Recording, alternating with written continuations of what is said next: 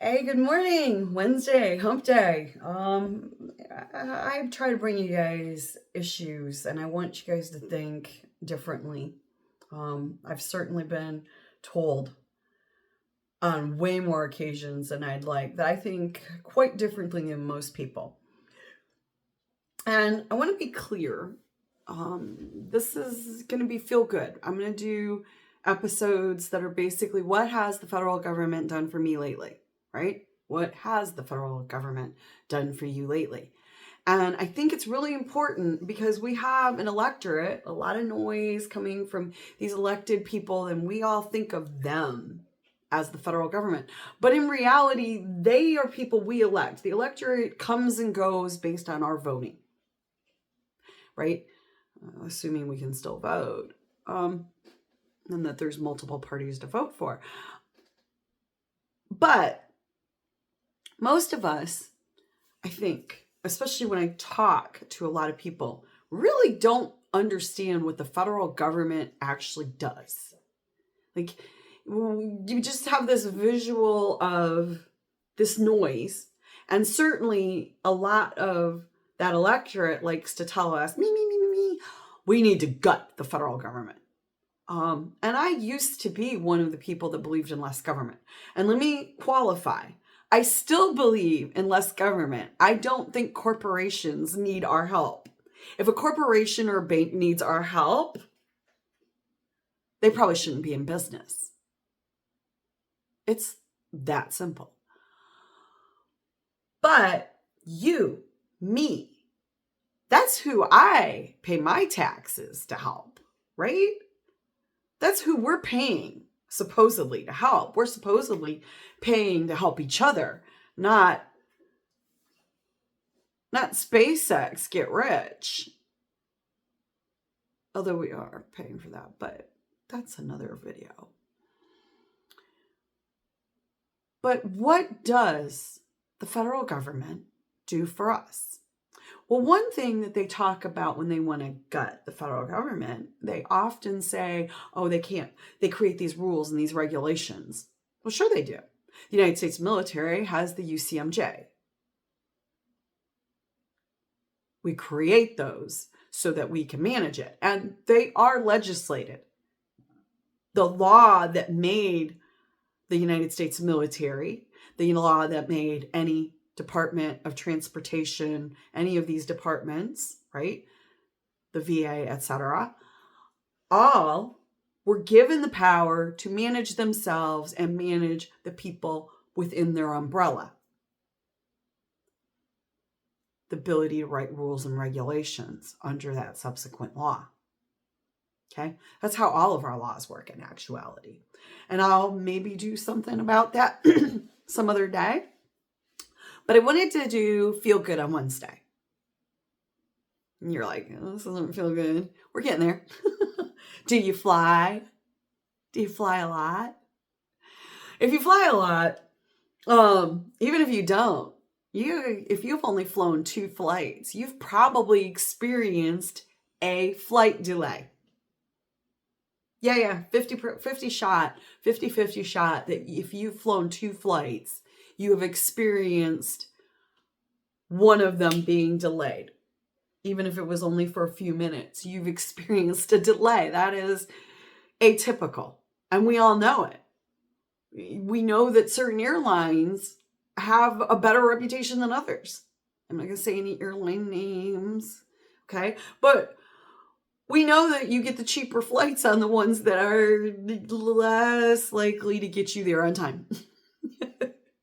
Right? We all know this. That's why businesses typically fly their people on the most expensive airline. Literally, I think last time I did any review, it is one almost always the most expensive carrier that you can go with. And why? Because they need their people there on time. But even that one, okay, the excuses that I've heard over the last 5 years, and I'm not talking about weather related. Weather related is uncontrollable. I am talking about just the airline screwed up. They can't find a crew member. This is excuses I've heard in the last 5 years. They can't find a crew member. their crew has been delayed at another airport. They will be in 3, 5, 6 hours. Who knows?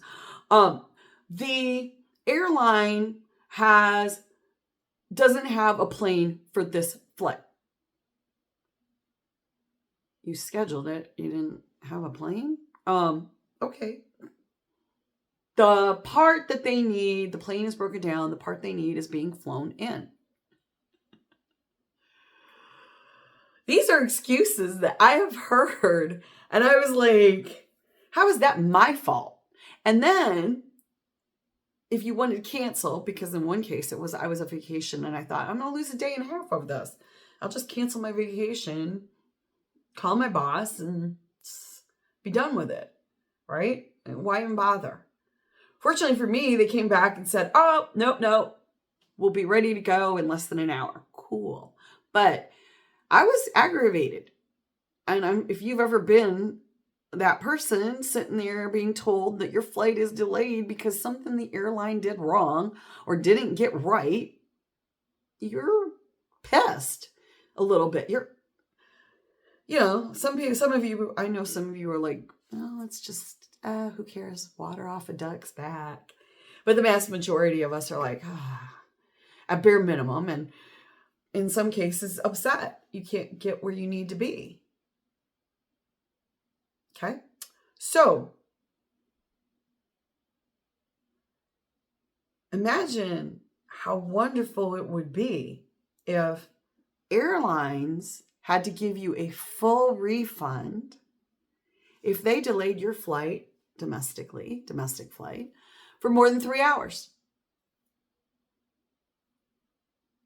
Or if they delayed your international flight for more than 6. And anybody that's ever taken an international flight knows that an 8-hour delay will absolutely kill an entire day of your vacation. Right? It's gone. It's lost. And at the minute that you know that you're going to be delayed for hours on end, you're sitting there thinking, oh, maybe I should cancel, reschedule my vacation. But then you're dreading arguing with the airline about getting any of your money back. How much are they going to give you back? How much are they going to take for you canceling? Because they're going to take some of it. Not anymore, boys and girls. As of October 28th, if your airline delays you on domestic flights for more than 3 hours, on international flights for more than 6 hours, you are entitled to a full refund. That must be processed within 7 days back to your credit card if you paid by credit card, or within 20 if you paid by some other means.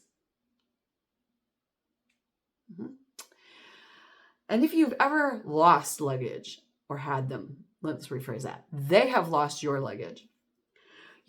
They will wait weeks on end to process even a $10 refund or whatever minuscule amount they will give you back.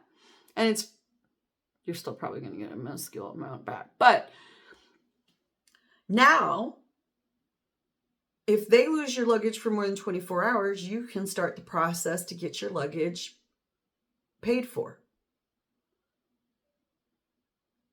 It's still probably going to be a hassle-ish, except it's not, because according to the federal government, they can't make those 4-page online ordeals anymore for you. Instead, no, it has to be streamlined and a simple process. Like when you walk into a store and you hand them your receipt and the product that you haven't even opened yet because you haven't flown anywhere, they just give you back your money. Now the airlines have to do that too. After screwing you over for over 3 hours domestically or 6 hours for international flights. But still, you thought a 2-hour delay was normal. I got to the point where they say 2 hours. I'm like, I'll wander around the airport for a while. So this is huge. And this is one of the things the federal government does for you and me. And you're saying, well, it costs us a lot of money. Well, stick around for tomorrow for the bitch session about how much of our money it actually costs us. And then what are we paying for that we shouldn't be? But feel good, man. Federal government did something right. Happy Wednesday. Peace.